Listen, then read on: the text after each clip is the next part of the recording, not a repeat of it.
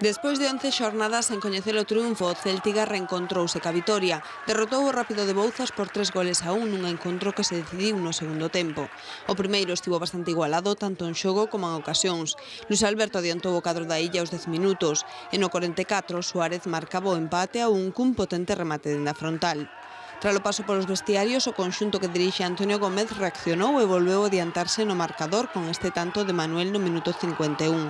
Puido incrementar aínda máis a súa vantaxe 7 minutos máis tarde, cando o colexiado decretou penalti por man de Souto, pero Fran Mato errou o lanzamento. Tamén errou Chichi, pero rápido, cruzando en exceso este remate 10 minutos despois. Pero o que non fallou foi Beni, no minuto 72. Córner que saca Óscar Blanco, cabecea Fernando e o capitán do Céltiga marca dende o primeiro pau o definitivo 3-1. E aínda puido marcar algún máis no último cuarto de hora o cadro da Illa.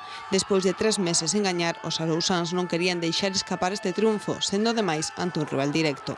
Este partido sí era un partido decisivo, ya no se trataba de que fuesen 11 jornadas, sino que es un equipo al que hemos alcanzado, le hemos mejorado incluso igualados a puntos el golaveraje y entonces era, ya digo, un partido decisivo para nosotros que solo nos valían los 3 puntos. No primeiro tempo o equipo se comportou moito mellor que no segundo.